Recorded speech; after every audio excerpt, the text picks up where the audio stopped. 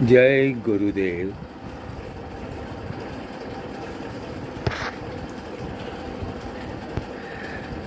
आज तारीख 1/8/21 रविवार। सद्गुरुदेव प्रभु की दिव्य शक्ति का हमें परिचय कराते हैं। आज तक बीच में गुरु पूर्णिमा आई थी। 2-4 बातें गुरुदेव ने जो गुरु के बारे में बताया उसकी चर्चा चल रही थी। अब वो पूर्ण हो गई। अब हम दशम स्कंद में आगे बढ़ते हैं।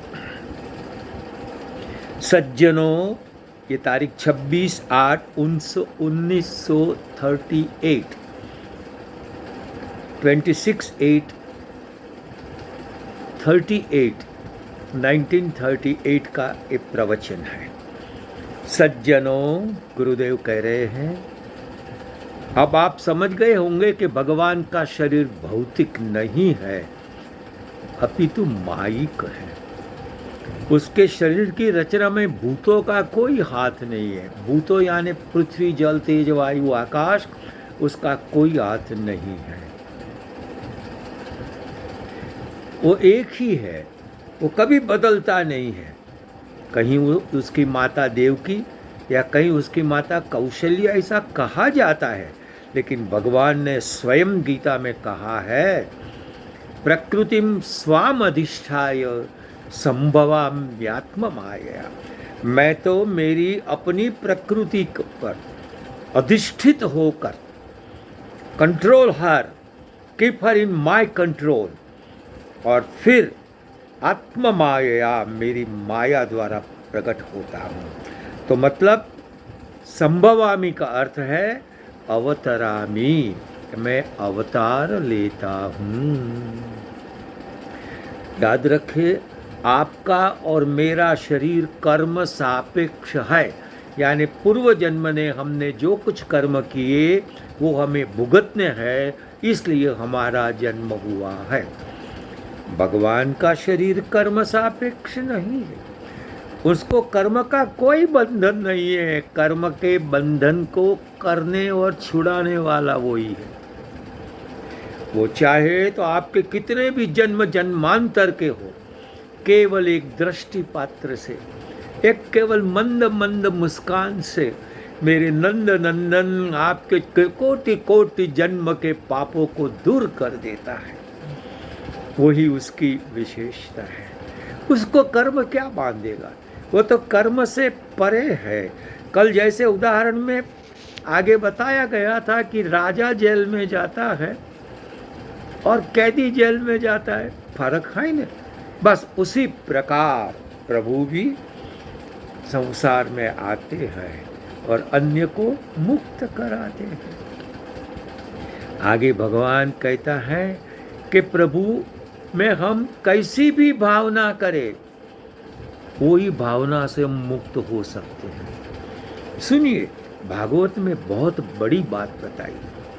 श्रीमद् भगवत गीता में ऐसा कहा गया, त्रिविधम नरकस्य इदम द्वारम नाशनम आत्मनः।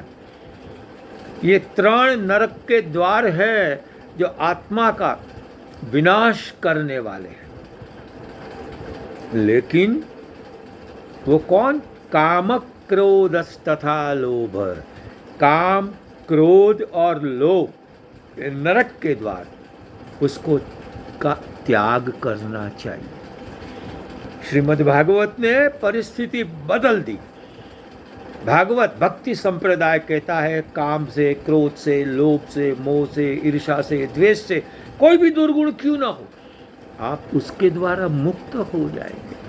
एक बार मैंने गुरुदेव से पूछा था कि भगवान ये कैसे हो सकता है। गुरुदेव थे, देख बेटा, तेरे हाथ में एक चाबी है, वो चाबी तो एक और घुमाता है तो ताला बंद हो जाता है, वही चाबी दूसरी और घुमाता है तो ताला खुल जाता है। काम, क्रोध, मद, मोह, लोभ, ईर्ष्या, द्वेष, वैर, ये मात्सर्य, ये सब दुर्गुण है, ये सब चाबी है। उसको तू एक तरफ घुमाएगा, संसार की तरफ घुमाएगा, ले जाएगा तो बंधन में पड़ेगा। उसी काम, उसी क्रोध, उसी लोभ, उसी मोह, उसी ईर्ष्या, उसी वैर, उसी द्वेष, वो मद मात्सर्य कुछ भी हो, यदि उसको भगवान की ओर घुमाया तो तू मुक्त हो जाएगा। भागवत स्कंद 10 अध्याय 29 श्लोक 15 में सुखदेव जी कह रहे हैं, कामं क्रोधम वयम स्नेहम ऐक्यम सौहृदमेव वा नित्यम हरौ विदधतो यान्ति तन्मयताम गीते। काम से, क्रोध से, भय से, स्नेह से, ऐक्य से या सुहृद मित्र की भावना से आप ईश्वर में हमेशा लगे रहो, आपको तन्मयता प्राप्त होगी। और जो तन्मय हो गया, जो प्रभुमय हो गया, उसको दुनिया की कोई शक्ति, कोई ताकत, कोई माया उसको स्पर्श नहीं कर सकती है। हाँ, कामं क्रोधम भयम स्नेहम ऐक्यम सौहृदमेव च नित्यम हरौ विदधतो यान्ति तन्मयताम हिते। और इसके उदाहरण भागवत दे रहा है। भागवत स्कंद 7 अध्याय 1 श्लोक 27 से 31 वाक्य कहते हैं, कामात् द्वेषात् भयात् स्नेहात् यथा भक्त्येश्वरे मन आवेश्य तद अगम हित्वा बहवस्तद गतिम गता। काम से, द्वेष से, भय से, स्नेह से या किसी भी प्रकार प्रभु में लग गए, प्रभु की गति को प्राप्त हो गए।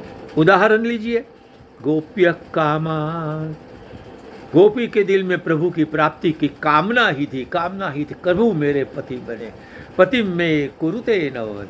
उन्होंने कात्यायनी व्रत किया था और कह दिया, कात्यायनी महामाये महायोगिनेश्वरी नंद गोप सुतम देवी पतिम में कुरु।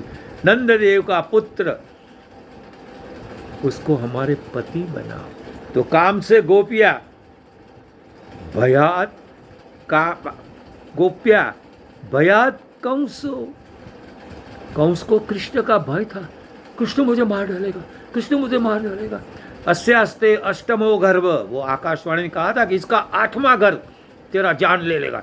तो और जहाँ काली चीज भी दिखाई ने तो चिल्ला उठता था। विद्वान लोग कहते हैं कि अब अरीसे के सामने खड़ा रहा और अपने काले बाल देखे तो जोर से चिल्लाया, कृष्ण। कहीं भी काला देखे उसको लगे कि कृष्ण आया, कृष्ण आया। वो तन्मय हो गया। आगर कहते द्वेषात् चैद्यादयो, द्वेष, चैद्य, शिशुपाल वगैरह जो राजा है भगवान का द्वेष किया तो उनकी भी मुक्ति होगी। संबंधात वृष्ण, संबंध से वृष्णि, यानी जो यादवों का एक कुल था वृष्णि, वृष्णि नाम वासुदेवोस्मि, ऐसा भगवान को बपनाथ का कुल, वो सब संबंध से। स्नेहादि यूयम, ये श्लोक नारद जी युधिष्ठिर को कह रहे हैं कि स्नेह से आप और भक्त्या वयम विभो, और भक्ति के कारण हमारी मुक्ति हुई है। इसलिए कथमोपि नवेन स्यात् पंचानाम पुरुषम प्रति तस्मात् केन उपायेन मनः कृष्णे निवेश।